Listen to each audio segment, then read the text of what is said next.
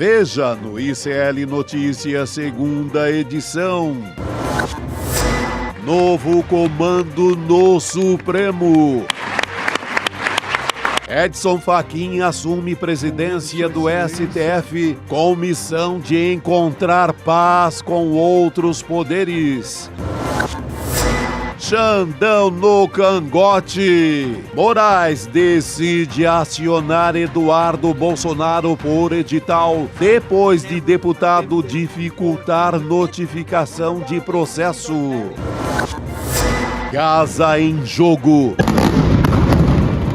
Ao lado de Netanyahu, Trump apresenta plano de cessar fogo com ultimato ao Hamas.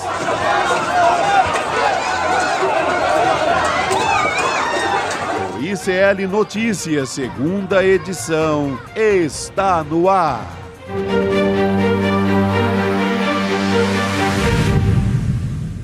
Olá, boa tarde. Seja muito bem-vindo, seja muito bem-vinda. O ICL Notícias, segunda edição, está começando. Estamos começando, aliás, mais uma semana ao vivo nos canais do Instituto Conhecimento Liberta, Eduardo Moreira, no canal da Voz Trabalhadora no YouTube. Boa tarde para você que nos ouve na Web Rádio São João, em Quixadá, no Ceará, na Rádio Cultural, na cidade de Torres, no Rio Grande do Sul. E para você também, meu querido companheiro Chico Sal. Opa! Que bom voltar aqui contigo, Gabi. Tá acabando setembro, Boa Chico. tarde para toda a audiência lá do Piauí, com a Lucimar Martins, na terra Teresina, terra da cajuína cristalina. Maravilha! Coisa linda! É isso aí, começando a semana aqui com notícias diretamente de Brasília. Heloísa Vilela está diretamente ali na frente do Supremo Tribunal Federal. Porque com Elô até, eu vejo hoje. Até notícia ruim, eu vejo com Elô, na boa. Hoje a gente tem cerimônia de posse do ministro Edson Fachin, né? Então tá um pouquinho mais light, tá mais Chico, leve, não é tá mais leve. A gente não tá trazendo notícia ruim ainda neste programa. Elô, boa tarde para você. Boa tarde, Chico. Grande beijo. Boa tarde, Gabi. Vocês estão vendo aqui a quantidade de jornalistas reunidos para acompanhar essa cerimônia aqui do lado de fora, num telão. Aliás, 2 telões que foram colocados aqui especialmente. Agora é um dia, acima de tudo, de defender a democracia. Esse tem sido a tônica dos discursos. A gente teve aqui o hino nacional, que foi cantado por um coral aqui do Supremo, e depois os discursos. Uma cerimônia simples, porque o ministro Fachin dispensou coquetéis, dispensou firulas e foi direto ao assunto. Então, quem deu as boas-vindas a ele foi a ministra Carmen Lúcia, que fez, gente, como você já conhece o estilo da ministra, um discurso muito bonito, mas muito forte de defesa da democracia. E o Fachin ainda não discursou, vai discursar daqui a pouquinho. Elô, a gente vai continuar acompanhando aqui também, enquanto esse discurso está sendo transmitido, a gente está de olho aqui e traz informações para você a qualquer momento. Aliás, o Fachin está discursando agora, o novo presidente do Supremo Tribunal Federal. A gente pode trazer uma imagem aqui para você que nos acompanha ao vivo. Vamos lá.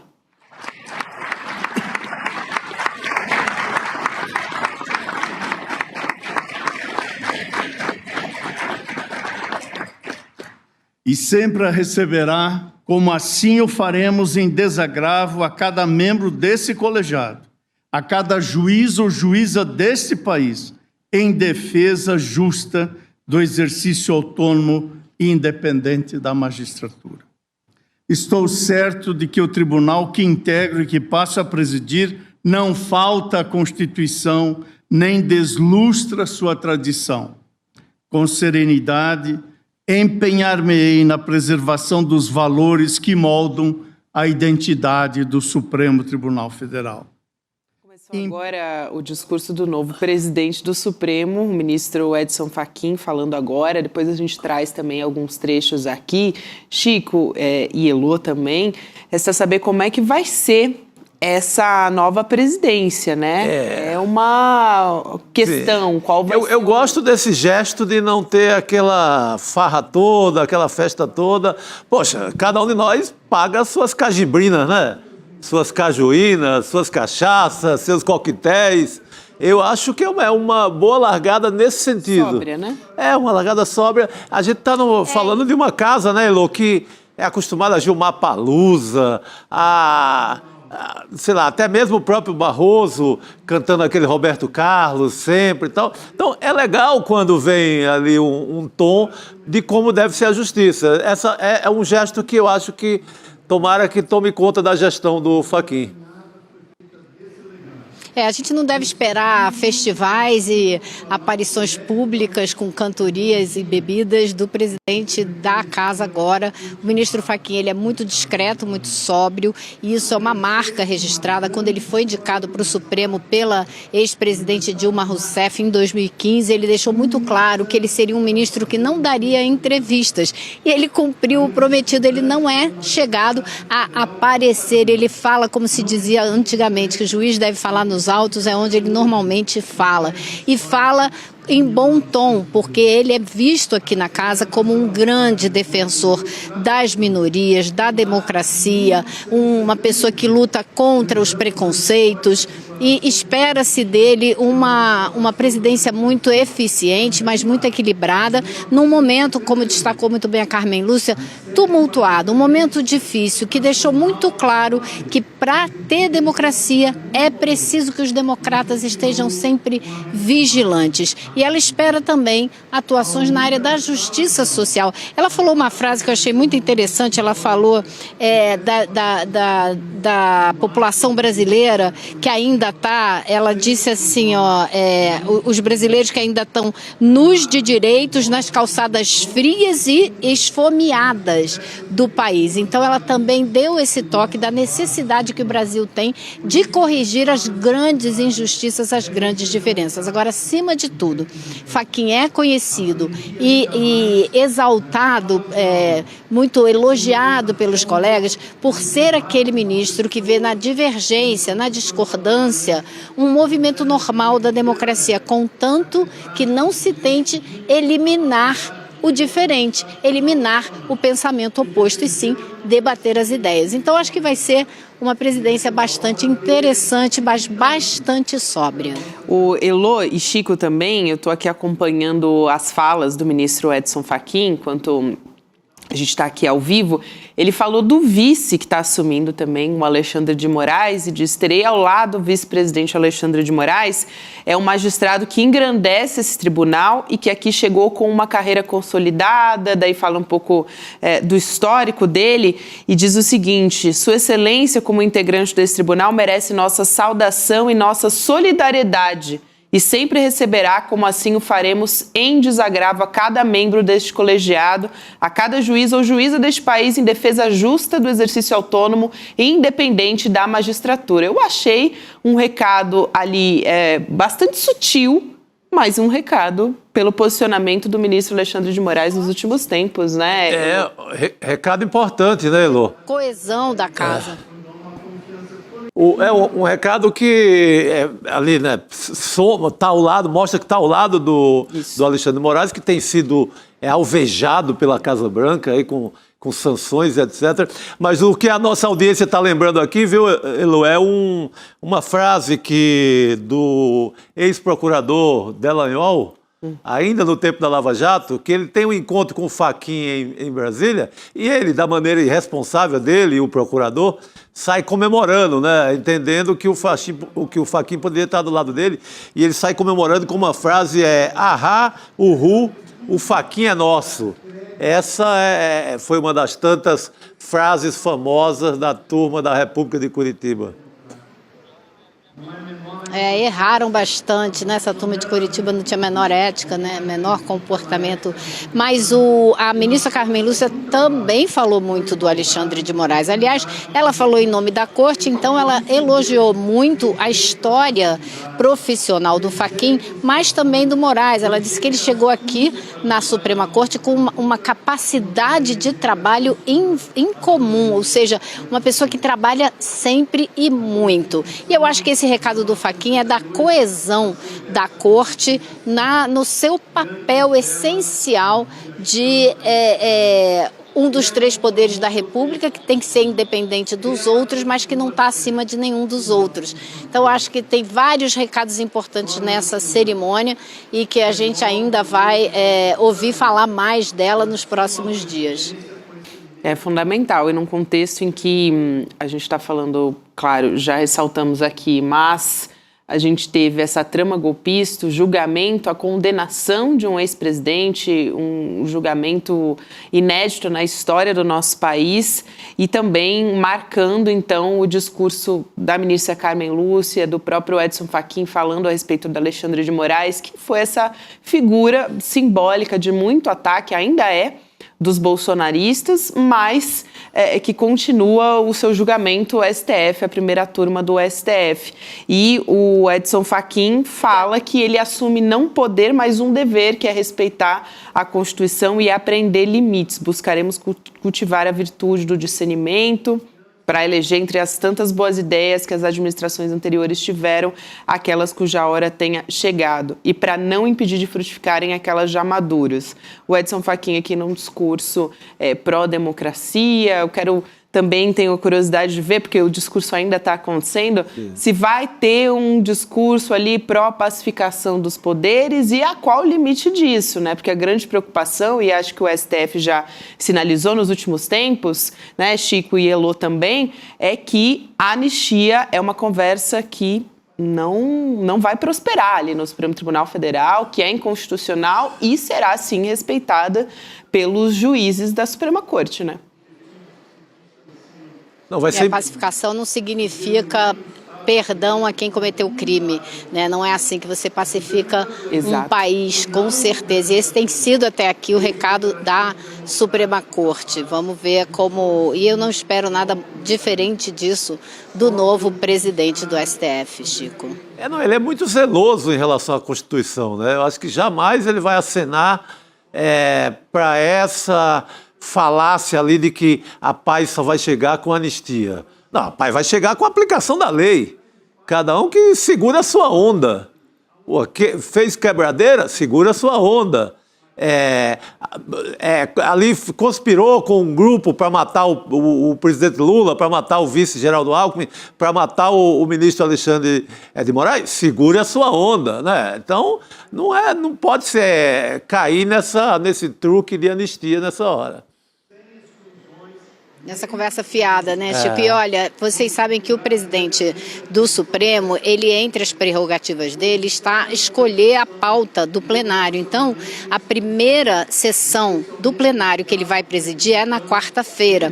E ele escolheu um tema bastante espinhoso, mas de suma importância. Ele resolveu começar a pauta com o julgamento da questão da pejotização, a transformação dos empregos em PJs, essa destruição dos direitos trabalhistas. Então vamos ver como a corte vai. Existem milhares de projetos, mais de 1.200 projetos, pedidos e casos na justiça pelo Brasil inteiro, aguardando suspensos, porque são questões trabalhistas que dependem agora de uma decisão do Supremo para ver para onde essas questões vão. Muito importante, né? Essa pauta é importantíssima. Até porque no Senado o debate hoje é sobre pejotização. Isso. E eu diria que foi um pouco impulsionada justamente por essa data que foi marcada ali no STF. Então, acho que foi um movimento até que aconteceu no Congresso, no Senado, Chico, muito pautado também por esse... vamos dizer assim, por essa pauta que já estava no Supremo Tribunal Federal também, né? Sim, que pauta delicada e importante, né, nesse momento. E a gente tem que lembrar que, assim como é um Supremo completamente zeloso, foi até agora, em defesa da Constituição, em defesa da democracia, não costuma ser uma corte que ama muito os trabalhadores. Uhum. Não costuma prezar pelo suor ali do povo brasileiro que trabalha todo dia, que dá duro. Normalmente pende para o lado do patrão. As decisões são muito a favor das corporações. Então, vai ser muito interessante acompanhar isso. O Fachin, vez por outra, ele flerta com os direitos trabalhistas e também com direitos humanos. Espero que seja esse Fachin que eu conheço, de outras decisões. Espero que... Mas é tão delicado. Espero que seja o... Por favor, Elô, é sua. Vai lá, Chico. Não, é sua vez. Não, eu ia dizer que eu espero que a gente veja um Fachin que a Carmen Lúcia descreveu como um homem bom, acima de tudo um homem bom. E um homem bom não pode olhar para os direitos trabalhistas e desconsiderá-los e achar que eles não têm importância. Esse debate que teve hoje de manhã no Senado foi convocado pelo senador Paim, que é um eterno defensor dos direitos humanos, foi um constituinte que brigou pelos direitos humanos para que eles entrassem na Carta Constitucional. E ele convocou essa sessão hoje que foi impressionante. Eu saí de lá apavorada com a degradação tão violenta dos direitos humanos, dos direitos trabalhistas que a gente está vendo no Brasil e as consequências dessa degradação, desse solapar dos direitos trabalhistas, porque do jeito que a coisa está andando, se você pega e transforma, como disse uma procuradora hoje, você transforma 5 milhões de CPFs entre 2022 e 2025, 3 anos apenas, 5 milhões de pessoas viraram o PJ ou MEI e são pessoas que 81% delas ganham até R$2.000. Você acha que são empreendedores? São pessoas que têm negócios e que as suas empresas estão fechando acordos com o empregador? Não, isso são pessoas que são obrigadas a abrir MEI ou PJ para terem o emprego, que não tem poder de barganha algum. Então, várias pessoas que apareceram hoje nessa conferência, juiz, inclusive o novo juiz do Supremo Tribunal do Trabalho, falaram em fraude. Eles disseram que esses contratos são fraudulentos, porque dizem que está havendo uma assinatura de um acordo entre duas empresas e não é, o empregado é coagido a fazer esse contrato ou não tem emprego nenhum. E por aí foi a discussão.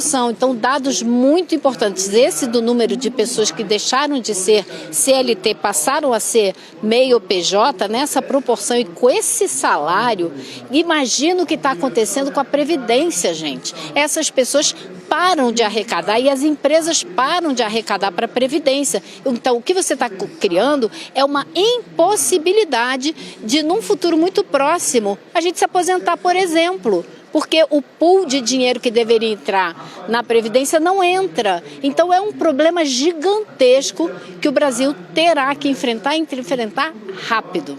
Elô, agora há pouco, enquanto você falava, a gente colocou imagens aqui na nossa tela dessa discussão no Senado, na imagem ali do senador Paulo Paim, do PT, que foi de quem partiu a iniciativa desse requerimento, e o Supremo Tribunal Federal, marcando para a próxima quarta-feira, então agora, dia 1º, também o início desse julgamento que reconhece o vínculo empregatício, né? Tem os motoristas de aplicativos, entregadores que utilizam plataformas digitais e a gente tem diversas pesquisas recentemente, até no nosso site do ICL tem uma reportagem falando sobre as condições de trabalho dessas pessoas, né, desses trabalhadores, que são condições extremamente precárias, e pesquisas de universidade constatando que aprofundam a exploração no Brasil. É um estudo mostrando as principais plataformas que são utilizadas aqui no mundo, mas como elas são utilizadas aqui no Brasil, aprofundando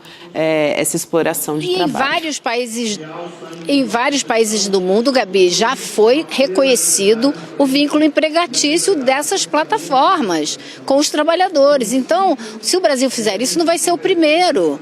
E provavelmente não vai ser o último. Então não é uma novidade, é uma questão que está, assim, sendo tratada no mundo inteiro, porque é um problema sério que está todo mundo enfrentando. Exatamente. Aqui só para complementar, nessa pesquisa da Fair Work, mostrando que nenhuma das 10 maiores plataformas que a gente tem aqui no Brasil, plataformas digitais que são utilizadas por esses trabalhadores e por nós também, que consumimos muitas vezes esse serviço, nenhuma delas oferece condições básicas de trabalho de acordo com o estudo da Fair Work. Então, é disso que a gente está falando. Gabi, é uma clandestinidade total.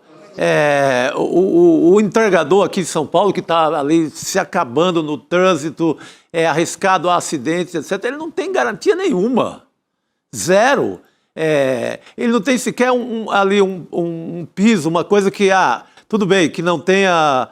que ele não ganhe milhões e tal, mas que ele tenha um X ali por mês garantido. É o mínimo que se espera. Que tenha plano de saúde. Sabe, é uma clandestinidade total. E você ressaltou o trabalho do Paulo Paim, Elo, esse cara, olha, ele está desde a Constituinte, em 88, é um bravo lutador pelos trabalhadores do Brasil. É um raro senador que não deixa, não cochila nesse assunto. Então, vale o aplauso para o Paulo Paim nesse sentido de lutar pelos trabalhadores. Fundamental. Eu gostaria até de dizer uma frase que ele repetiu, uma frase que ele disse, porque ele disse que a precarização do trabalho assume diversas formas, mas sempre transfere os riscos e as responsabilidades para o trabalhador. E ele disse mais, ele disse que essa precarização é a porta escancarada para o trabalho análogo à escravidão. Então, assim, o assunto é muito sério e precisa de muita atenção. Muito bom. Muito bom. A gente vai voltar a falar aqui sobre isso ao longo dessa semana, ao longo da nossa programação também. E, Elô, quero trazer uma outra informação aqui, partindo do Supremo Tribunal Federal, mais uma vez, falando da decisão do ministro Alexandre de Moraes de avançar com um processo criminal contra o Eduardo Bolsonaro, ainda deputado federal, sem uma notificação pessoal. Então, como o Eduardo Bolsonaro está nos Estados Unidos e, segundo o Alexandre de Moraes, tem criado até dificuldade para ser notificado pela Justiça Brasileira sobre a denúncia por coação apresentada pela PGR, a gente já falou muito sobre isso aqui, então o julgamento, aliás, a investigação, vai se dar dessa maneira. A gente tem um trecho aqui da decisão do Alexandre de Moraes dizendo o seguinte: além de declarar expressamente que se encontra em território estrangeiro para se furtar a aplicação da lei penal, também é inequívoca a ciência por parte do denunciado Eduardo Nantes Bolsonaro acerca das condutas que lhe são imputadas na denúncia oferecida nesses autos, sobre a qual também se manifestou por meio de nota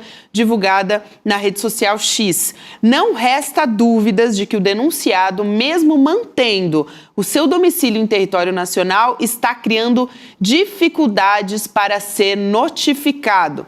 Bom, a gente sabe que o Eduardo Bolsonaro continua nos Estados Unidos, Elô, e tentando criar manobras, maneiras de permanecer no cargo para continuar usufruindo, de segurança, vamos dizer assim, como se fosse um escudo, o mandato que ele ainda tem, Não, e eu tô rindo, Gabi, porque o ministro Alexandre de Moraes foi muito preciso ao dizer que o Eduardo Bolsonaro está sabendo muito bem do que está acontecendo, está sabendo que precisa ser notificado e está fazendo de conta, está fazendo de humor, está se escondendo para não ser notificado. Mas, como sempre, os bolsonaristas adoram criar provas, adoram deixar tudo às claras, ele vai lá e escreve nas mídias sociais que ele sabe que isso está acontecendo. Então, o ministro decidiu considerar, está notificado, está informado, está sabendo, já falou do caso publicamente, é porque ele está sabendo e vai seguir adiante. Ele vai ter, me parece, um prazo de 15 dias para apresentar a defesa dele. Então, o processo vai andar e vai andar rápido, viu, Gabi?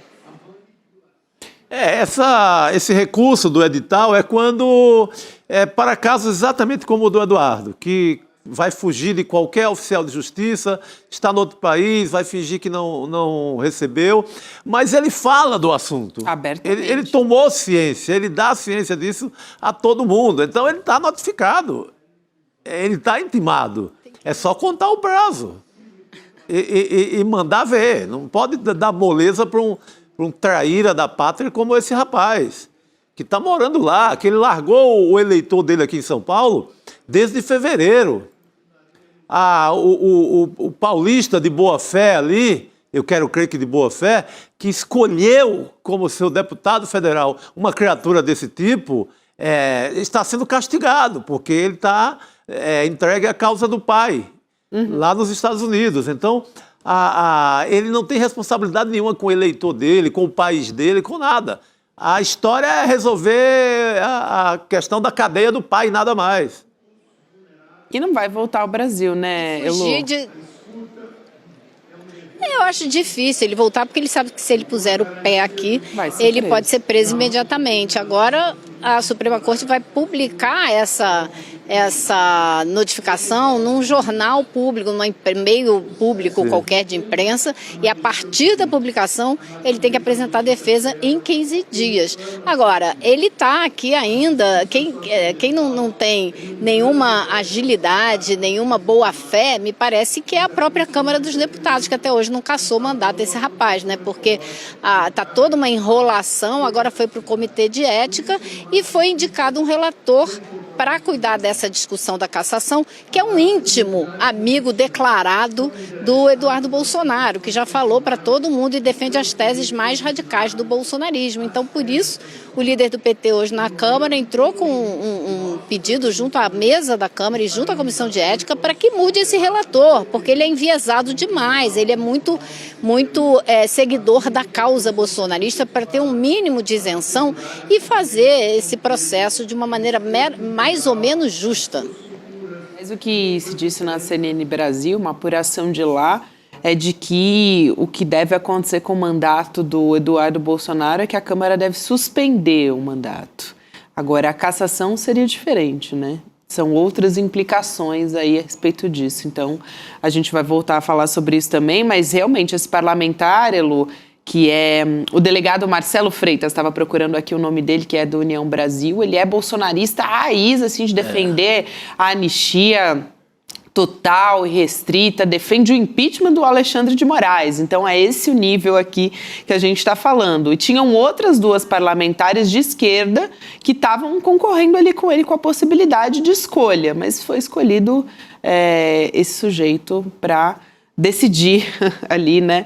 Daí não vai sair nada, né? Porque às vezes tem até um ou outro que tem uma queda, né, política pelo Bolsonaro ou pela esquerda e que na hora H aplica a lei. Pega ali o regulamento e diz, vai ser o que está aqui.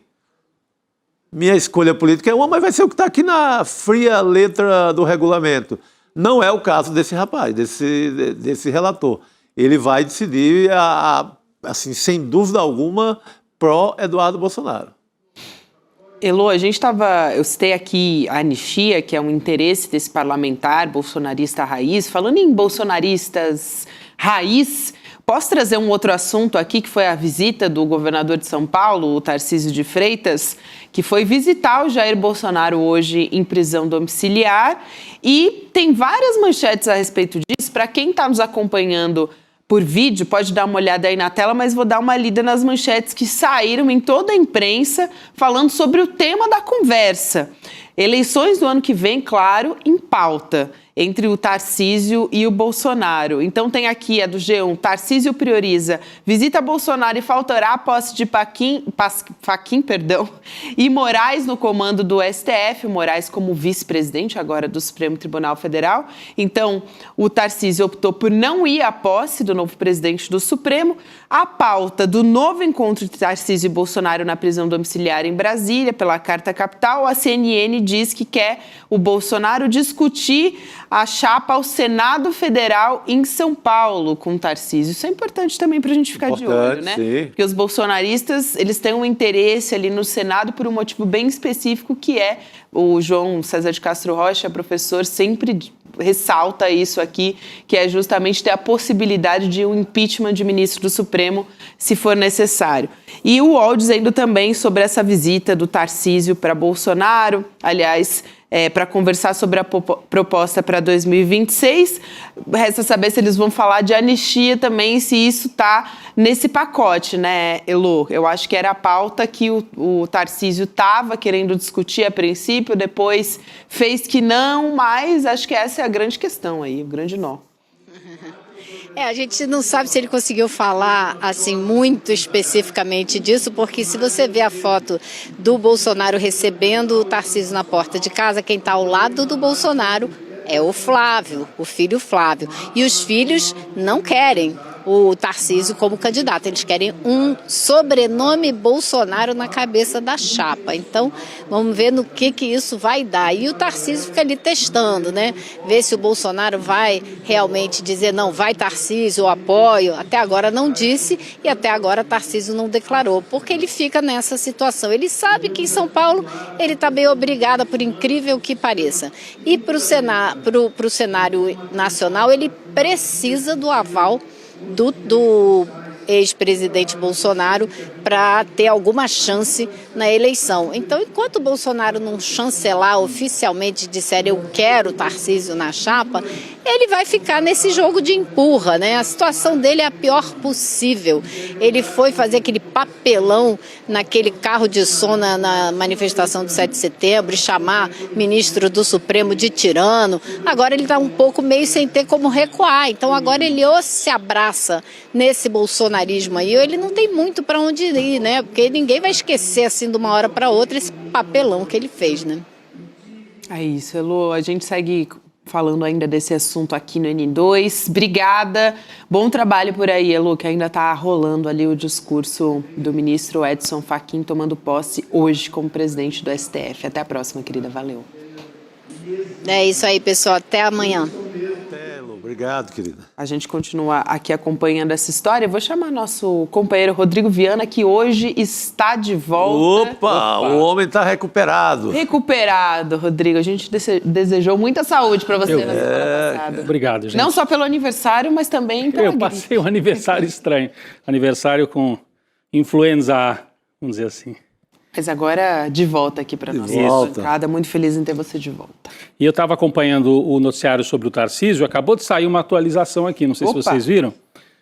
Na saída da conversa com Jair Bolsonaro, o governador Tarcísio de Freitas afirmou que deve ser candidato à reeleição em 2026. Então ele vai para Brasília, mas reafirma que é candidato a governador, dentro dessa estratégia de não se expor tanto, porque ele se expôs, a gente comentou aqui 2 semanas atrás, né, Chico? Ele chega a Brasília 2 semanas atrás com tudo. Com tudo. Querendo anistia, ali quase igual a Dom Pedro com espada na mão, gritando independência ou morte, estava por aí. Era anistia ou morte, só que daí teve o episódio do delegado assassinado aqui em São Paulo, o delegado Ferraz, e isso pegou muito mal, as pesquisas mostraram. Ou seja, um governador que abandona o Estado para tratar de anistia para o chefe da quadrilha.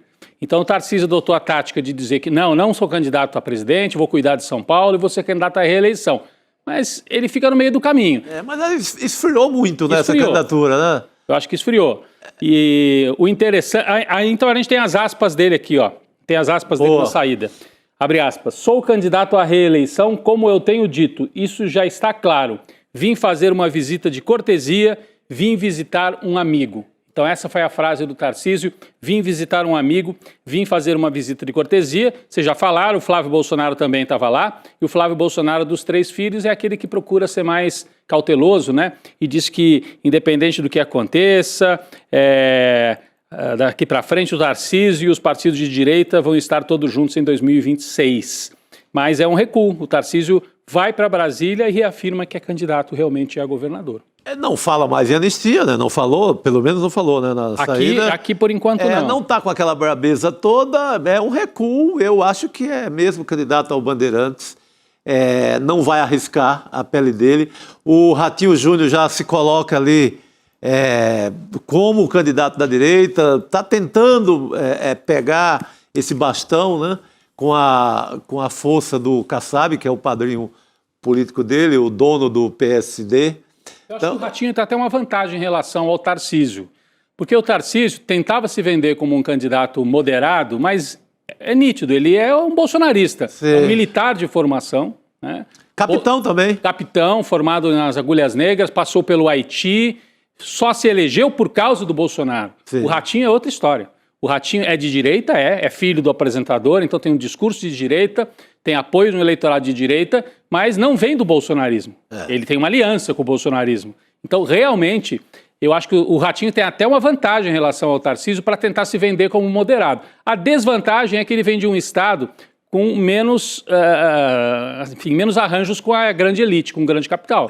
Vai dar mais trabalho para ele costurar ele não conhece, não tem tantas relações com a elite paulista, mas isso o Kassab pode ajudá-la a... Ele vai ter que passar pelo vestibular da Faria Lima, né? Da Fiesp, a turma do dinheiro. Ele vai ter que ajoelhar lá, pedir a bênção, vai ter ali uma via cruz, mas resolve.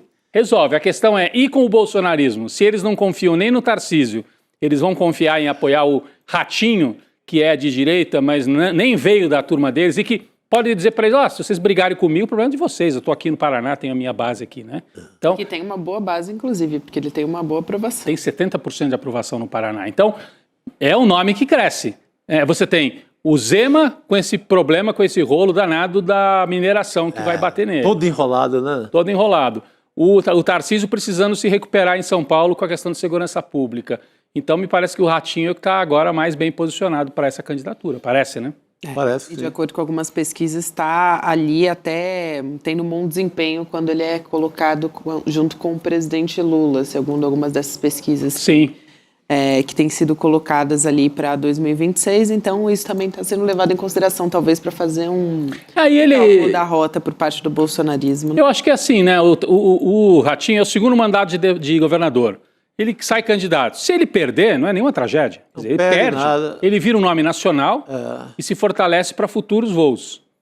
Então, eu acho que ele não tem nada a perder. Nada, zero. Então, eu acho que ele vai tentar empurrar essa candidatura para frente, mesmo que seja para ter 30%, 20%.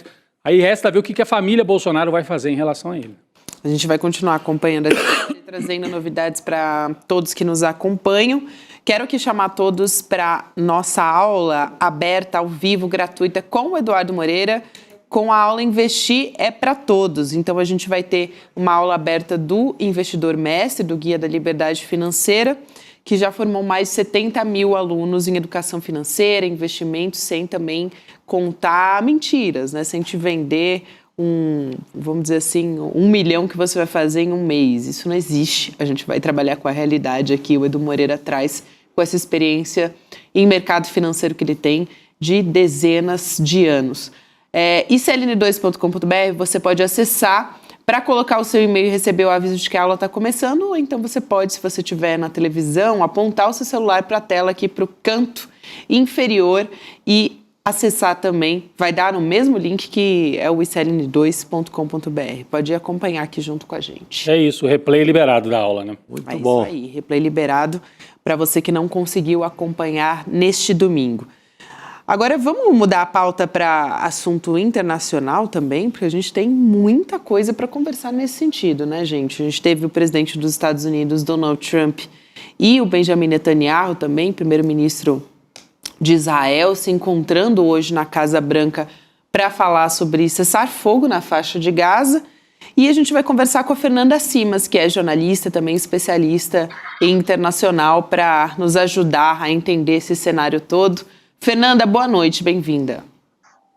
Boa noite, gente. Boa noite a todo mundo que está acompanhando. É um prazer estar aqui com vocês outra vez. Um prazer te receber também, Fernanda. E a gente quer trazer aqui um trecho, um vídeo, falando sobre essa proposta que prevê a criação de um conselho internacional que seria presidido pelo Donald Trump, anistiaria integrante do Hamas que entregarem armas, supostamente, e também prevê a criação de um Estado palestino. Então a gente traz aqui um trecho dessa coletiva e já volta a conversar. Vamos lá. By Hamas, this proposal calls for the release of all remaining hostages immediately, but in no case more than 72 hours. So the hostages are coming back, and I hate even saying this from the standpoint, doesn't sound right, but it is so important to the parents. The bodies of the young men, I believe in almost all cases, the young men are coming back immediately. I met with parents. The parents felt as strongly about getting the body of their dead boy back as they did as though the boy were alive and well.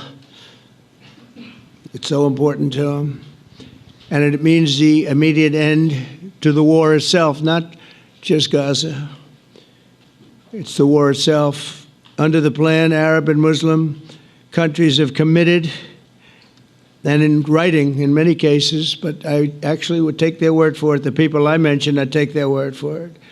To demilitarize Gaza, and that's quickly. Decommission the military capabilities of Hamas and all other terror organizations. Do that immediately. And we're relying on the countries that I named and others to deal with Hamas. And I'm hearing that Hamas wants to get this done too, and that's a good thing. And destroy all terror infrastructure, including the tunnels, weapons. Então aqui um pouco de um resumo do que a gente estava falando agora. Ele estava falando também de liberar esses reféns, né? E que seria importante para os pais também receberem os corpos de seus filhos. Falou sobre a guerra em si, sobre o comprometimento de outros países árabes nessa história e do que ele chamou ali de desmilitarização de Gaza. E ele simplesmente não falou do genocídio, né, dos palestinos também, nesse trecho, pelo menos, que a gente trouxe. E nesse trecho, eu não sei se me escapou, mas falou do Estado palestino? Não, né? Não. Porque, pelo que eu entendi, não fala de Estado palestino. Isso está previsto no acordo, mas nesse trecho que a gente trouxe aqui, Donald Trump não fala a respeito disso. Agora, de qualquer forma, é um posicionamento, claro, sem nenhuma sombra de dúvida, bastante enviesado pró-Israel, né? Desconsiderando ali o sofrimento dos palestinos, me parece. Enfim, eu queria ouvir a Fernanda para a gente começar essa conversa e entender um pouco melhor essa história. Vamos lá. Existem vários aspectos para que esse plano, que é um plano histórico, tenha sido trazido à tona neste momento.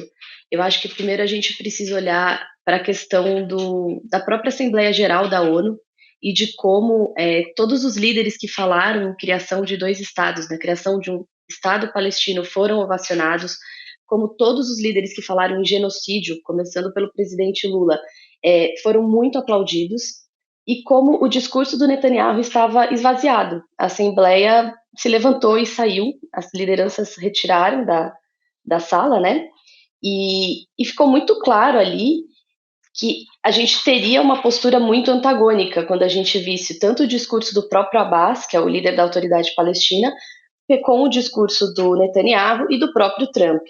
Um plano de paz feito pelos Estados Unidos, ou costurado pelos Estados Unidos, dificilmente traria a palavra genocídio, dificilmente falaria na solução de 2 estados como uma solução única e possível de verdade para uma paz na região. E o que eles trazem, mais uma vez, são demandas antigas que já tinham sido aceitas pelo Hamas e que agora voltam à mesa. Resta saber se o Hamas vai aceitá-las nesses termos e como que vai ser essa questão de transição de poder em Gaza, porque o Netanyahu deixou muito claro na fala dele que a autoridade palestina não vai governar enquanto não fizer mudanças radicais. Mas o que são mudanças radicais na visão do Netanyahu? Né? Os próprios palestinos falam que não aceitam um Estado que não seja governado por palestinos. Então é muito difícil. Nesse momento existe muito ceticismo sobre se esse acordo vai de fato ser viável daqui para frente. E você ressaltou bem, né, Fernanda? Vem na esteira uma semana depois do que nós vimos na ONU. Então, me parece feito assim, de maneira rápida, para dar uma resposta, para ocupar um espaço, para não deixar que essa bola crescesse, essa bola de neve crescesse, porque nós temos a flotilha chegando lá em Gaza, nós temos a Espanha e a Itália oferecendo, inclusive, cobertura militar para que essa flotilha não fosse atacada pelas tropas de Israel. Então estava chegando um momento de isolamento em que eles foram obrigados a, pelo menos na aparência, estamos fazendo um plano aqui para acabar a guerra, né? Então me parece mais sacado do colete, reciclando propostas anteriores para tentar dar uma resposta diante do isolamento que nós vimos na ONU, não é isso, Chico? Até porque os pontos são muito vagos, né? Você perguntou da questão dos 2 estados, né? O máximo que eles chegam é no ponto 20 aí do acordo. Eu estava tentando ler aqui também. Os Estados Unidos estabelecerão um diálogo entre Israel e os palestinos para chegar a um acordo sobre um horizonte político para uma coexistência pacífica e próspera. Mas não tem nada mais... Não fala num reconhecimento. Não. Então, não fala num reconhecimento imediato, né? Não. Fala num caminho para a autodeterminação e a criação de um Estado palestino que reconhecemos como aspiração do povo palestino. É como se não existisse a autoridade palestina, por exemplo, na Cisjordânia. E os assentamentos, hein, Fernanda? Uma questão séria também, estamos falando de Gaza. Mas como é que você faz um Estado palestino sem retirar os assentamentos ilegais lá na Cisjordânia, ocupando boa parte do território da Cisjordânia hoje, né? A gente não pode ignorar esse acordo, esse plano, na verdade, porque ele ainda não é um acordo, ele precisa ser aceito e ratificado por todas as partes. Esse plano não apaga todos os discursos do governo Netanyahu até aqui. E o discurso do governo Netanyahu é muito claro, de ampliar assentamento na Cisjordânia e de tomar a faixa de Gaza. O Netanyahu precisa agradar a base dele para se permanecer no poder, porque quando o Netanyahu deixar o poder, ele volta a ser investigado e ele pode sim ser preso. Então, o objetivo principal do Netanyahu é se manter no poder em Israel. A gente tem a esteira da Assembleia Geral da ONU, a gente vinha vendo um isolamento maior de Israel, e inclusive o próprio Trump, na semana passada, realizou reuniões com o presidente da Turquia, com representantes do Catar, da Arábia Saudita, se não me engano, para tentar já costurar esse acordo, porque o isolamento de Israel é muito grande. O próprio Netanyahu falou há 2 semanas que o povo precisava estar pronto para um período longo de isolamento. Então, de fato, a pressão internacional, apesar de não ser efetiva militarmente para impedir as ações de Israel em Gaza, ela tem um efeito diplomático importante para a perda de apoio do Netanyahu internamente. Então, por isso que eu acho, alguns analistas vêm apontando que esse plano saiu agora. Não podemos esquecer a Cisjordânia. A Cisjordânia vem sendo ocupada, vem sendo cada vez mais ocupada por Israel, e inclusive ela era a prioridade máxima do governo Netanyahu. É por isso que Gaza ficou desguarnecida e existem todas as investigações de falhas de segurança do governo Netanyahu para os ataques de 7 de outubro de 2023. Tem um outro trecho aqui, a gente agora há pouco ouviu o Donald Trump falando nessa coletiva de imprensa. A gente tem um outro trecho do Benjamin Netanyahu falando a respeito disso, dizendo que o Trump é até o melhor amigo que Israel já teve na Casa Branca. Isso já é um indicativo muito forte. Vamos assistir esse trecho e a gente volta a conversar. A critical step towards both ending the war in Gaza and setting the stage for dramatically advancing peace in the Middle East. And I think beyond the Middle East, in very important Muslim countries. I support your plan to end the war in Gaza, which achieves our war aims. It will bring back to Israel all our hostages, dismantle Hamas's military capabilities, end its political rule, and ensure that Gaza never again poses a threat to Israel. Aqui, basicamente, ele falando sobre que isso está preparando o terreno para a paz no Oriente Médio, de uma maneira geral, contemplando outros países, e que ele apoia, Benjamin Netanyahu, apoia o plano do Donald Trump, também atribuindo ao Trump, que assim, a gente já vem falando há algum tempo sobre o Trump querer estar nessa posição de conseguir acordo de paz. Ele coloca isso muito fortemente nos discursos, né? Então, o Netanyahu dizendo que ele apoia esse plano e que é um plano que vai ao encontro do objetivo de Israel. Sim. Né? Eu chamaria a atenção, a gente falou dos aspectos, assim, não fala do Estado de Israel, mas tem alguns pontos aqui do acordo. O ponto 16. Israel não ocupará nem anexará Gaza. Então, é um compromisso que não ficará de forma nenhuma como território de Israel a faixa de Gaza. As IDF, né, que são as Forças Armadas Israelenses, entregarão progressivamente o território de Gaza que ocupam a uma força internacional de estabilização que será formada em parceria com países árabes e muçulmanos e também com os Estados Unidos. Então, tem aí a ideia de criar uma força internacional de estabilização e que a faixa de Gaza não ficaria sob controle de Israel. São 2 pontos que, no meu entendimento, aí sim avançam um pouquinho mais no caminho de uma paz. Mas enquanto não se falar em Estado, né, eu repito... Não, avança em relação àquela proposta imoral de fazer um grande resort, né? Avança em relação àquilo. Até é o bode na sala, né? O Trump faz isso. Então ele faz a declaração mais absurda, né? A Fernanda pode comentar melhor, mas faz aquela declaração, chegou a divulgar até um vídeo com inteligência artificial. Olha só, vai ser o resort, vai ser a Riviera de Gaza, Riviera do Mediterrâneo aqui. E aí, quando vem isso aqui, a gente fala, pô, até que não era tão ruim. O cara é bonzinho, né? Ele até que é bonzinho, só matou 70 mil mulheres e crianças e agora vai ajudar a reconstruir. Quem será que vai ganhar dinheiro com essa reconstrução também? Mas, Fernanda, diga. Eu acho que aí a gente tem dois aspectos. Primeiro, qual vai ser o palestino que vai aceitar ser governado por um grupo, um conselho de transição que tem como líder o Trump, que postou esse vídeo com inteligência artificial? Isso é um ponto importante. Outra questão, o Trump é um homem de negócios. O que importa para ele são os negócios que ele vai conseguir fazer e os objetivos que na cabeça dele ele está alcançando. Então é sempre essa mesma tática. Ele coloca uma proposta absurda, uma questão que obviamente não tem pé nem cabeça, para depois passar um plano como se fosse um plano moderado, digamos assim. Além disso, obviamente, a gente tem que lembrar que o Trump vem sendo pressionado pelas monarquias ali da região do Oriente Médio. Porque foram governos que prometeram investir bilhões de dólares nos Estados Unidos. Como que fica para o homem de negócios? Então ele vinha sendo muito pressionado, ele precisava dar uma resposta, ao mesmo tempo ele não pode largar a mão de Israel, ele não vai falar em genocídio. Então fica essa situação de um negociador, é um grande negociador tratando de um genocídio. Hoje a gente não tem mais nem como questionar isso. Todos os especialistas e estudiosos do genocídio falam que está ocorrendo um genocídio em Gaza. A ONU reconheceu que está ocorrendo um genocídio em Gaza. Então a gente precisa começar a tratar isso como o que de fato é.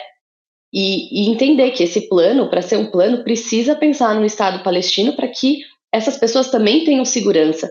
Você falar em Gaza desmilitarizada, Gaza já é desmilitarizada. Gaza não tem um exército. Eles têm polícia, mas eles não têm um exército. Então, na prática, isso não muda. Óbvio, eles têm um grupo terrorista lá dentro, que é o Hamas. A gente pode conversar sobre isso, e eu acredito que sim, um Estado palestino viável tem que ser um Estado com o comando da autoridade palestina. Mas quem lá atrás enfraqueceu essa mesma autoridade palestina? Então, essas coisas precisam ser trazidas para análise. Um outro ponto aqui que me chamou a atenção, Fernanda, Rodrigo e Chico também, que eu também estava olhando aqui ponto a ponto dessa proposta, é sobre Israel libertar os prisioneiros que estão, né, em Israel. Então, moradores de Gaza, os palestinos, são 250 ao todo, pelo que diz aqui essa proposta, né? E mandá-los de volta para Gaza. Então, isso seria importante também. Esse é um ponto do acordo que me chamou a atenção, para além... Alguns sob prisão perpétua, né? Alguns Exatamente. Palestinos com prisão perpétua. Alguns, nesse caso, eles estão falando especificamente deles. Desses, né? Desses condenados à prisão perpétua, 250 prisioneiros. São quase 1.000 palestinos no total, cerca de 200 prisão perpétua. Isso aí. Esse ponto também chama a atenção, Chico. Aqui, você quer comentar? Não, segue. Não, esse era um ponto aqui que eu acho que a gente tem que chamar a atenção. Enfim, o que me vem à cabeça foi aquele cessar-fogo que, no fim das contas, Israel acabou bombardeando Gaza, mesmo no meio de um acordo que foi feito ali. É claro que esse é um contexto diferente, quando tem Estados Unidos também na jogada, então é um outro cenário. Mas não deixa de ser, assim, preocupante a gente lembrar de como foi no passado, de que os palestinos chegaram a voltar para suas casas, para regiões que eles achavam que eram regiões seguras para voltar a morar, para retomar suas vidas, e depois tiveram que deixar suas casas de novo, ou enfim, ou tiveram que recomeçar, né? Eles continuam recomeçando ainda. E isso não pode deixar de ser levado em consideração também. Acho que é muito preocupante. E o mais maluco é assim, que não estão aí os 20 pontos, mas assim, não é uma negociação. É assim, ou vocês aceitam, ou Israel terá todo o apoio para aniquilar totalmente Gaza a partir de agora. Aquele plano de destruição total. Então, não é vamos abrir uma negociação e começar a ver e vamos ter um prazo para negociar. Não. É isso ou destruição total já. Se o Hamas fala não aceitamos o acordo, já é a destruição. Uhum. Não é mais conversa. Tanto que é um acordo, né, uma proposta que atinge o objetivo É o que diz o Netanyahu, atinge o nosso objetivo. Sim. Então, contempla Israel, nesse caso. Fernanda. Com certeza. A questão da troca de prisioneiros, ela sempre aparece, né? Ela já foi, inclusive, muito criticada por parte da população israelense, porque foi durante essas trocas que muitos dos organizadores, dos mentores do 7 de outubro saíram e, enfim, aconteceu o que aconteceu, aqueles ataques absurdos, mas eu acho que é importante a gente ver realmente os detalhes, né? Então, por exemplo, eles falam que aqui está o plano, a gente vai assinar tudo, a gente vai ratificar e o Hamas tem que aceitar, mas não se falou em prazo, não se falou em quem vai dar esse primeiro passo, qual é a medida concreta, então fica tudo no ar, com aquele grande discurso de que se o Hamas não aceitar, eu tenho carta branca para ir e fazer o que eu quiser. E o Netanyahu falou isso no discurso dele. Se o Hamas não aceitar, a gente vai finalizar a guerra do nosso jeito. Pode ser do jeito fácil ou pode ser do jeito difícil, mas a gente vai acabar com a guerra. Então, assim, o objetivo do Netanyahu, como eu falei, é se manter no poder. Enquanto tiver guerra, ele está no poder. Enquanto ele agrada a base eleitoral dele, a base religiosa dele, no governo, ele consegue o número de cadeiras no parlamento para se manter no poder. É disso que se trata. Muito bem, eu acho que vale a pena a gente estar aqui aproveitando a presença da doutora Fernanda para a gente trazer um pouco dessa expectativa do encontro também entre o presidente Lula e o Donald Trump, né, Fernanda? Rapidamente, a gente já vai ter que seguir aqui com outras pautas também, mas queria te ouvir sobre essa expectativa, sobre um eventual constrangimento ao presidente Lula, que o Itamaraty tem tomado precauções também para evitar que aconteça algo parecido com o que foi o presidente da África do Sul, por exemplo, ou com o próprio Zelensky, enfim, rapidamente queria te ouvir sobre isso.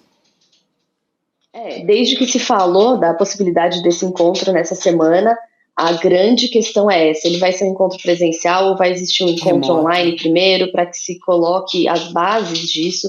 Eu acredito que a grande ideia do governo brasileiro seja realizar realmente um encontro online, primeiramente, e para depois tentar alguma coisa presencial. Essas armadilhas que o Trump vem colocando nos encontros na Casa Branca são fechatórias para a diplomacia, para as relações internacionais.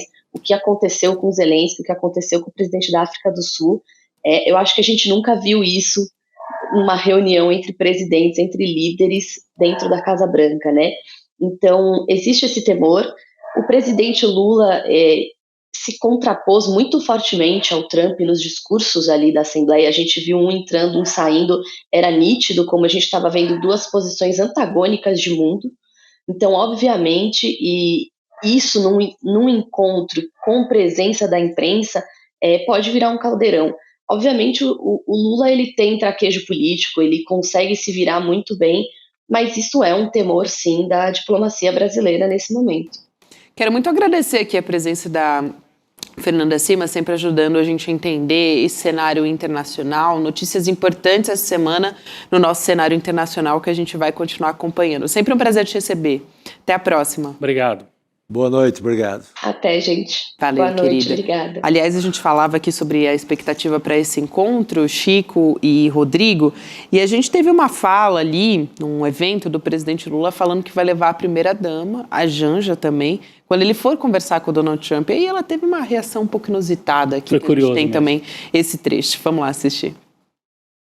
Eu brinco muito com a Janjinha, dizendo para ela que a Unesco já me deu uns 10 prêmios para ela de presente, a mulher mais bem casada do planeta Terra. Então, e quando eu for conversar com o Trump, eu vou levar ela.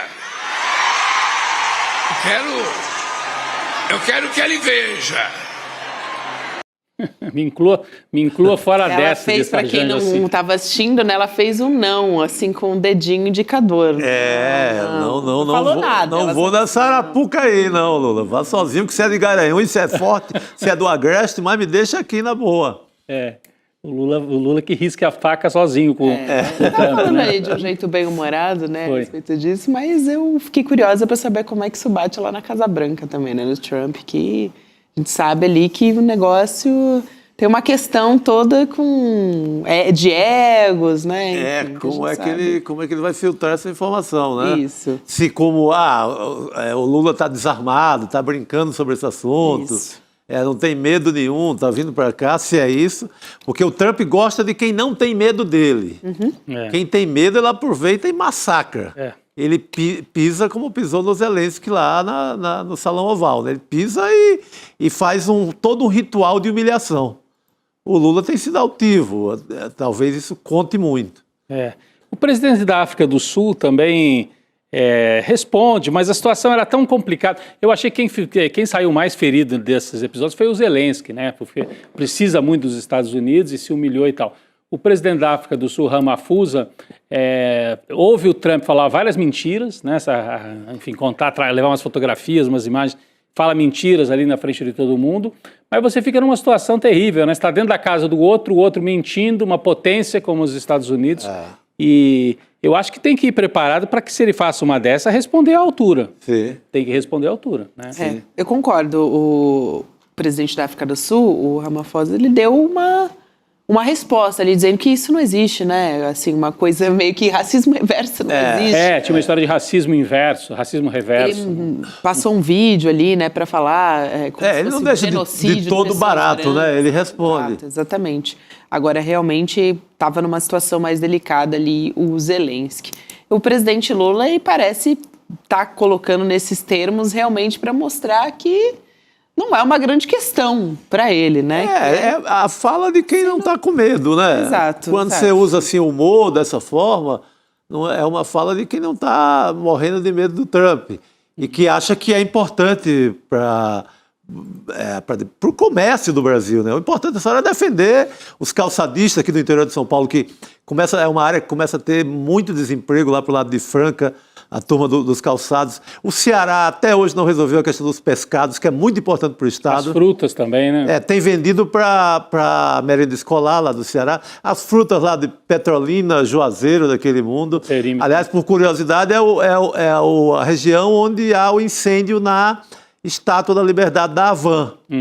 É uma área que está muito insatisfeita com o Trump, com o Eduardo Bolsonaro, porque eles estão vendo frutas apodrecer, assim, caminhões e caminhões, sem ter para onde exportar. Então, é muita gente preocupada ainda com isso. O papel de Lula é defender a economia do Brasil. O problema é que a gente não está lidando numa situação de normalidade realmente, né? As notícias que chegam dos Estados Unidos, seja a nossa convidada falou, nunca houve um episódio desse tipo, né? Presidentes sofrendo uma tocaia, uma emboscada dentro da casa, uma emboscada simbólica e de comunicação, mas é uma emboscada, né? Isso nunca aconteceu, né? E as coisas que estão acontecendo nas ruas lá nos Estados Unidos. Então, é um governo que topa qualquer coisa. Não sei nem se nós vamos trazer episódios aqui recentes. Tem uma cineasta brasileira desaparecida lá nos Estados Unidos, né? Que foi presa pelas autoridades de imigração e está sendo levada de uma cadeia para outra, ela não sabe onde ela está presa, os advogados não têm acesso a ela. É algo da época do AI-5 aqui do Brasil, da ditadura de Pinochet, da ditadura brasileira. Prendia, a família ia bater na delegacia, não está mais aqui. Onde é que está? Não sabemos, está preso em algum lugar. Você não sabe se morreu, se desapareceu. Aquela prisão dos jacarés lá de Alcatrazes, dezenas ou centenas de presos que estavam ali foram transferidos e ninguém sabe para onde. Você não sabe mais nem quem estava lá, vivos. Não tem nome, não tem lista, não tem nada. E ela estava tentando só ter o green card, essa cineasta. É a cineasta. Impressionante a história, a história da Bárbara Marques. Bárbara Marques, exatamente. Estão prendendo, quem chega para prender, nem sempre tem ali a farda, uniforme e distintivo de polícia. Às vezes é disfarçado de qualquer coisa. Então, me lembra como fosse um cidadão normal. Lembra os esquadrões da morte. O professor Miguel Nicoleles nos contou lá durante o despertar lá do ICL, durante aquele evento, que assim, da janela dele, o que ele tem visto lá é absurdo. Então, até pensando em dar um tempo no Brasil por conta disso. Porque não tem chegado como deveria as notícias de lá para cá. Assim, esse dia a dia das prisões, a gente não tem... Não, é algo brutal. Eu estava vendo, o nome da cineasta Bárbara Marques está detida há mais de uma semana pelo ICE, Foi no dia 16 de setembro que ela foi presa pelo ICE. E ela estava tentando o green card, né? E na audiência de obter o green card, ela acabou sendo presa e o marido dela, que é norte-americano, está desesperado, mobilizando advogados e não consegue localizar onde é que está a Bárbara Marques. Onde é que está a Bárbara Marques? Está desaparecida. E então, pode ser deportado, não é para o Brasil, para qualquer país. Qualquer lugar, pode mandar para Honduras. É o Salvador, lá para a prisão lá do Bukele. Então é uma loucura. Esse é o tratamento desumano que estão sofrendo essas pessoas, né? Os imigrantes lá nos Estados Unidos. Situações como essas que a gente traz aqui da Bárbara Marques. E a gente segue aqui falando, antes eu na verdade, quero falar da entrevista do Chico Pinheiro, a entrevista de hoje, que é uma personagem da história, assim, uma personagem da nossa história, porque foi a primeira deputada negra de uma constituinte. Então, a Bené esteve na constituinte de 88, agindo, assim, não só pelo direito das pessoas negras, mas mulheres, enfim, diversas pessoas em situação de vulnerabilidade. A Bené, já desde essa época ali, firme na Constituinte, tem várias empregadas histórias. domésticas também. Ela PEC das empregadas domésticas. Passou pela Benedita. Esse projeto é um projeto, a gente abusa do termo histórico, mas esse é histórico. Esse tem repercussão, inclusive, nas manifestações de rua em 2013. Você vê muitas empregadas contando como a reação que aconteceu a essa PEC. É uma PEC que muda a história da Casa Grande de Senzala no Brasil. Isso. Exato. Benedita, belíssima personagem, vai estar com o Chico Pinheiro, imperdível a entrevista. E que está até hoje lá no Congresso, né, como deputada federal. A gente traz um trecho agora da entrevista com o Chico Pinheiro. Vamos assistir. Vamos lá. Nós precisamos de ter um Senado forte, porque o cenário político, ele é assustador. A estratégia que a direita está montando, porque não é só direita. Direita, né? É extrema direita, porque com a direita a gente dialogou muito tempo, Delfim Neto. Você conversava com esse povo todo. Poxa, a gente discutia com ele. Mas hoje é uma coisa perversa, né? É uma coisa assim, não importa, vamos fazer tudo para esse governo não dar certo. Gente, não dá para perder, né? Essa entrevista com a Benedita da Silva, a gente acompanha a partir das 7 horas da noite. Você também pode entrar no grupo de WhatsApp do programa, que é o icl.com.br/Chico, para receber os trechos, os spoilers em primeira mão também. Aliás, mando meu abraço pro Chico Pinheiro, que inclusive nos dias que eu estava mal de saúde, ele esteve aqui, né? Ele participou e me ligou para falar se estava bem, se precisava de alguma coisa. Então, o abraço pro Chico, sempre um grande trabalho, grandes entrevistas aí, agora às 7 horas da noite. É isso, nosso abraço carinhoso pro Chico Pinheiro. Também para entrevistado, o deputado Benedita da Silva, que é um grande exemplo para mulheres, enfim, para e uma deputada de esquerda e evangélica. Ela tem, né, uma... assim como o pastor Henrique Vieira, né? Como o pastor Henrique Vieira. E eu acho que é a única governadora do Rio, nos últimos 20 e poucos anos, que não foi parar na cadeia, né? Exato. Essa é uma boa lembrança. É Garotinho, Rosinha, Pezão, Sérgio Cabral... Witzel, é uma lista absurda. E a Bené passou incólume por essa lista, foi governadora, deputada e é pré-candidata ao Senado. Senado também, exato. Seguimos aqui voltando a falar sobre a posse do novo presidente do Supremo Tribunal Federal. A gente já tem um trecho aqui da fala do ministro Edson Fachin. Na volta, a gente vai assistir esse trecho agora, na volta a gente conversa com o Cacai aqui no N2. Vamos nessa. Vamos lá. Jamais deixaremos de dialogar com os poderes e com a sociedade, sem exclusões nem discriminações.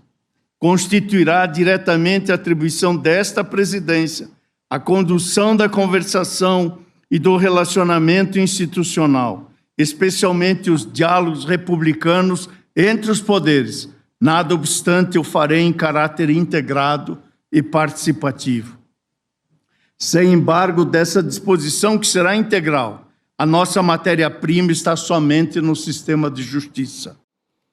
Aí a fala do novo presidente do Supremo Tribunal Federal. Cacai já está aqui com a gente para falar a respeito dessa posse e outros assuntos também que são de muita importância, que chamam a nossa atenção aqui no Brasil. Cacai, boa noite.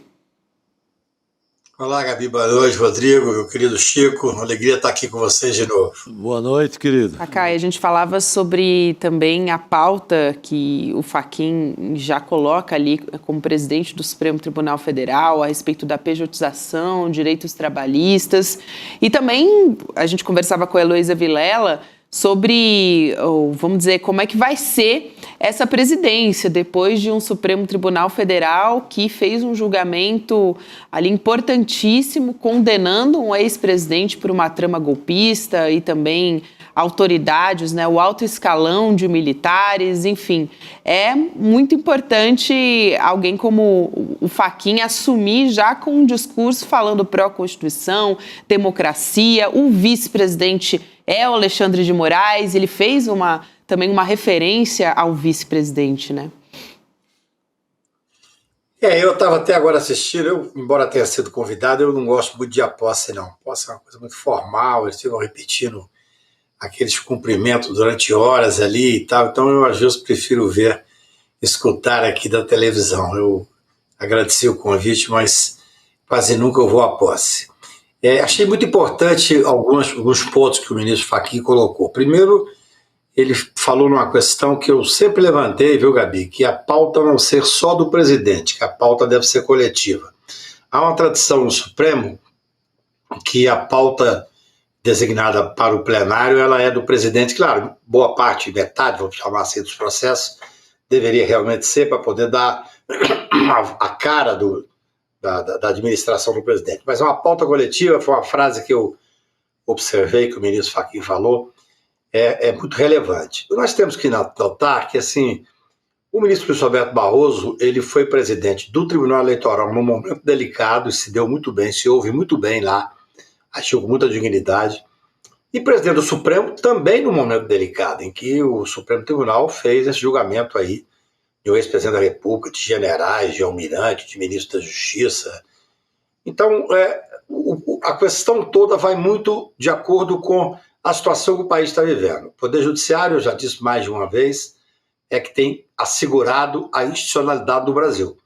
Nós tivemos um executivo fascista que realmente degringolou todas as estruturas democráticas do país, um parlamento absolutamente cooptado, boa parte dele cooptado, e tivemos uma postura muito digna do Poder Judiciário. Todos nós esperamos que isso agora passe, que nós tenhamos uma tranquilidade maior. Há até vocês podem notar, há um enfoque muito forte nesse sentido, dizendo que é relevante que o ministro Fachin vai tirar um pouco o judiciário, eu diria, de certo protagonismo. Não é que ele vai tirar, na minha visão, e respeitosamente, é que eu espero que os tempos sejam outros, que nós tenhamos vivendo uma certa tranquilidade no país. O Supremo Tribunal ainda está enfrentando, claro, vai acabar de julgar agora esse núcleo crucial, vai determinar o trânsito em julgado, vai prender esse povo todo, não é ele que vai prender, vai determinar a prisão e depois segue o rito normal. E tem muitas pautas que são importantes, que são relevantes e que, de certa forma, pode colocar um certo antagonismo entre o atual ministro que assumiu hoje a presidência. A questão da pejotização mesmo é uma delas. Eu acho que o Supremo está dividido. O ministro Barroso, no meu ponto de vista, ele foi na contramão da história aí do direito do trabalho. Nós vivemos um momento muito difícil, estamos vivendo momentos muito difíceis no Supremo Tribunal Federal. Agora assumiu o presidente do Tribunal Superior do Trabalho, não sei se vocês viram, infelizmente foi dar um pouco de destaque, mas ele fez um discurso importantíssimo, um discurso muito íntegro, inclusive dizendo do absurdo que esses frequentes... o judiciário está correndo frequentemente atrás de novos incentivos financeiros e tal. Muito íntegro o discurso do presidente do TST. Então, eu tenho esperança. O ministro Fachin, ele tem tradicionalmente uma formação sóbria e uma tradição, além da formação sóbria, ele tem uma formação muito sólida. Um homem que veio de um passado, eu diria, um pouco mais à esquerda. Mas é claro, quando você chega no Supremo Tribunal, aí é o homem às suas circunstâncias, né? Tudo depende do momento que o país está vivendo. Eu tenho a expectativa de que, com o fim desse julgamento, terminando o julgamento de todos esses que estão envolvidos na questão do golpe, o Supremo Tribunal possa voltar a atuar com toda a relevância que tem, com toda a importância, que não vai voltar mais atrás, é bom que se diga isso. O Supremo ocupou um espaço da sociedade, no imaginário e tudo, que vai continuar, mas agora com um pouco mais de tranquilidade, com o país pacificado. E o ministro, acho que o ministro Edson Fachin, ele é a pessoa certa para levar este momento. Muito bem, Cacai, a gente acompanhou aqui a posse, trouxe aqui um trecho também dessa fala do ministro, novo presidente do STF também, Edson Fachin, e eu quero trazer uma outra discussão que está no Supremo Tribunal Federal também, a partir da decisão do ministro Alexandre de Moraes, dando prosseguimento àquele processo criminal contra o Eduardo Bolsonaro, deputado federal, que seria sem notificação pessoal. Então a gente vai entender melhor essa história, porque o Eduardo, a gente fala sobre isso todos os dias aqui, está lá nos Estados Unidos, tem criado dificuldades, segundo o Alexandre de Moraes, e é qualquer pessoa que acompanha o Eduardo nas redes, para que seja notificado pela Justiça brasileira sobre essa denúncia de coação que foi apresentada pela PGR. Então, eu queria entender um pouco, Cacai, como é que isso entra no processo, né? Porque o Eduardo tem falado abertamente, tem feito vários ataques ao Brasil, ao Supremo Tribunal Federal, também fala sobre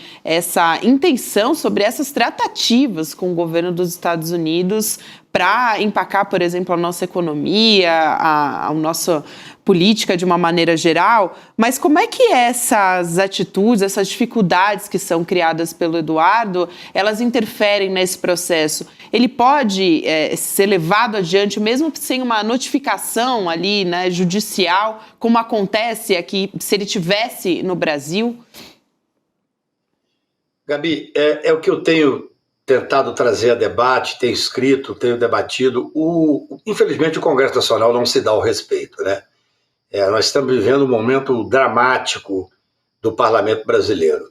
Nós temos um deputado que fugiu do Brasil, não é apenas se esquivou de processos ou se esquivou de enfrentar a realidade do pai. Ele é um dos maiores responsáveis pelo pai estar na prisão domiciliar, ele que está fazendo toda essa tentativa de cada vez mais ficar polarizado, porque ele acha que pode ser candidato a presidente da República, mas especialmente ele despreza o poder legislativo.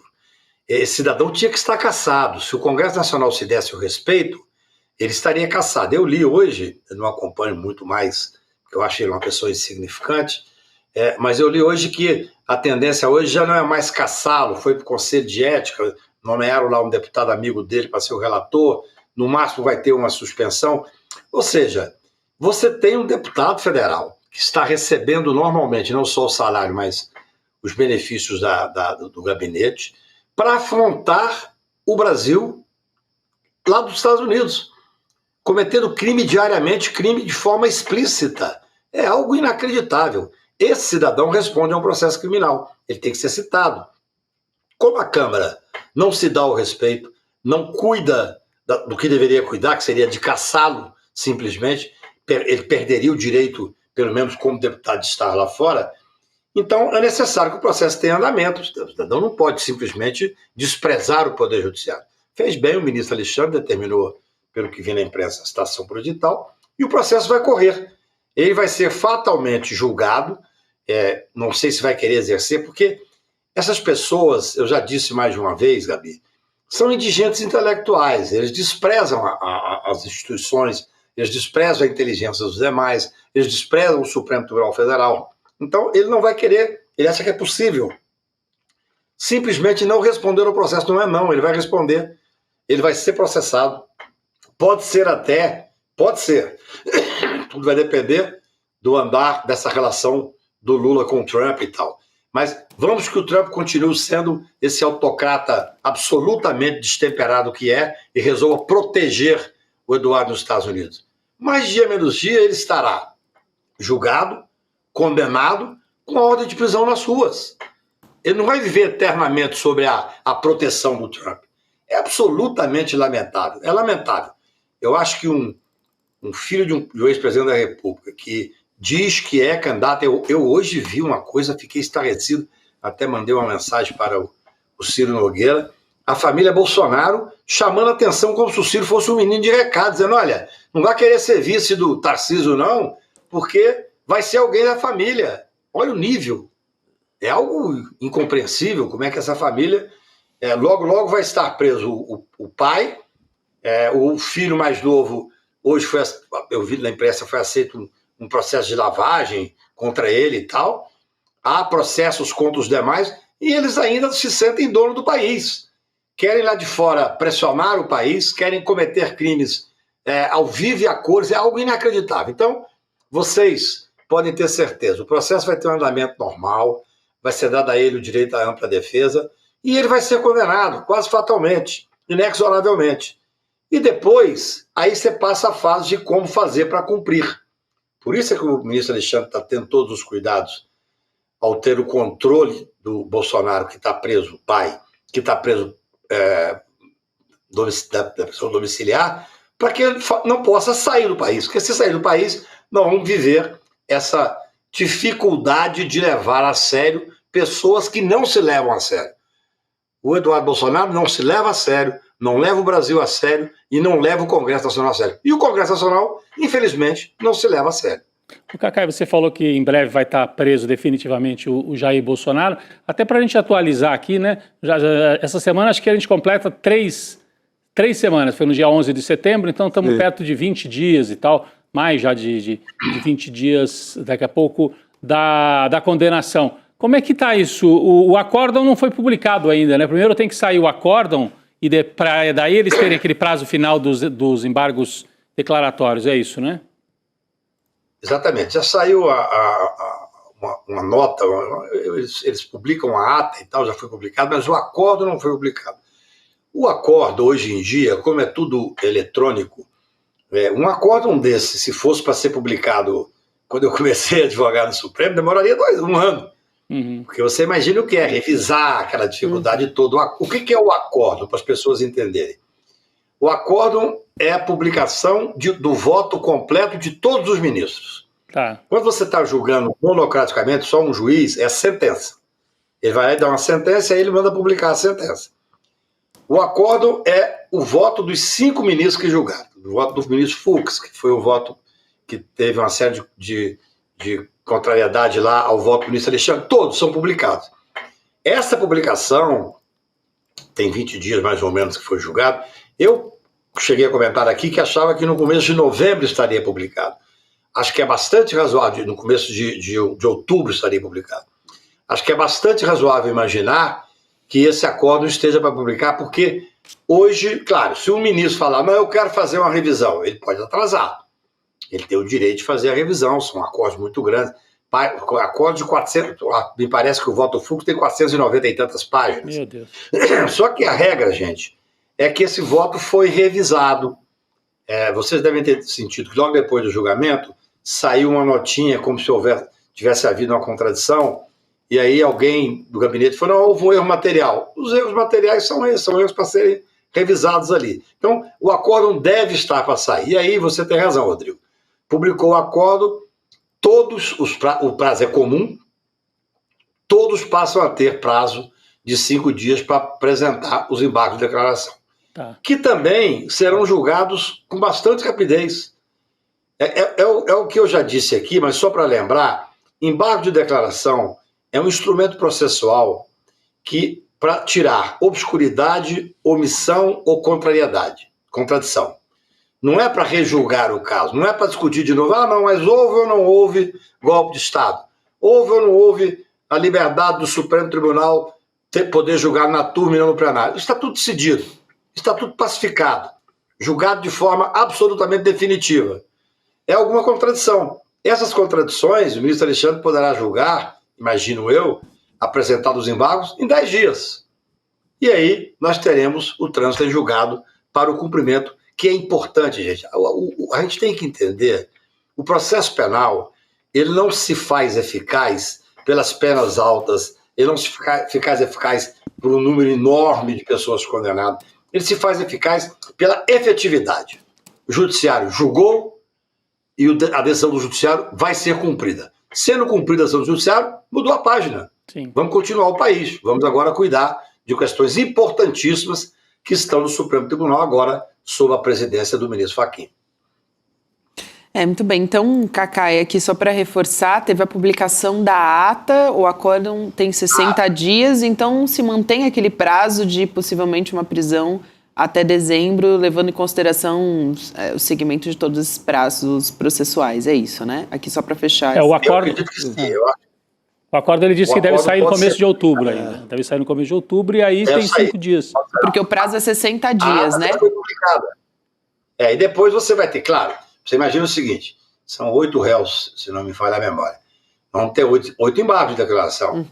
Esses 8 embargos serão julgados provavelmente numa única sessão.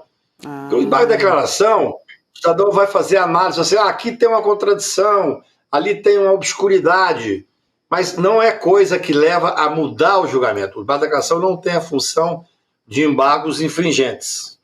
Não tem a função de... Embora os advogados tentem, faz parte do jogo, evidentemente. Eu já fiz 200 embargos de declaração com efeitos modificativos, entendeu? Mas a regra é que seja apenas para poder, eu diria, limpar o acordo. Feito isto, aí é dar cumprimento. Entendi.